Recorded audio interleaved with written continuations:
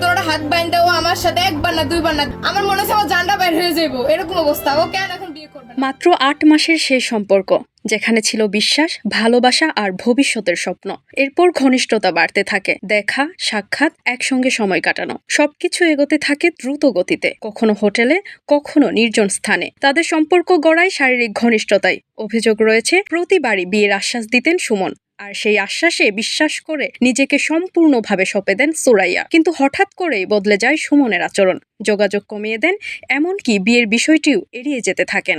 ও এখন বলতেছে কি ও মরে যেতে রাজি, ও আমার বিয়ে করবে না। বিয়ে যদি করতে না পারে তাহলে আমার সাথে এগুলা কেন হইছে আমার সাথে? জানা গেছে সামাজিক মাধ্যম থেকে শুরু হয়েছিল সুমন ও সুরাইয়ার পরিচয়। প্রেমিককে দেয়া বিয়ের প্রতিশ্রুতি ভেঙে যাওয়ায় প্রেমিকা সুরাইয়া বেছে নিয়েছেন এক কঠিন পথ। প্রেমিকের ফার্মেসির সামনেই বসে শুরু করেছেন অনশন।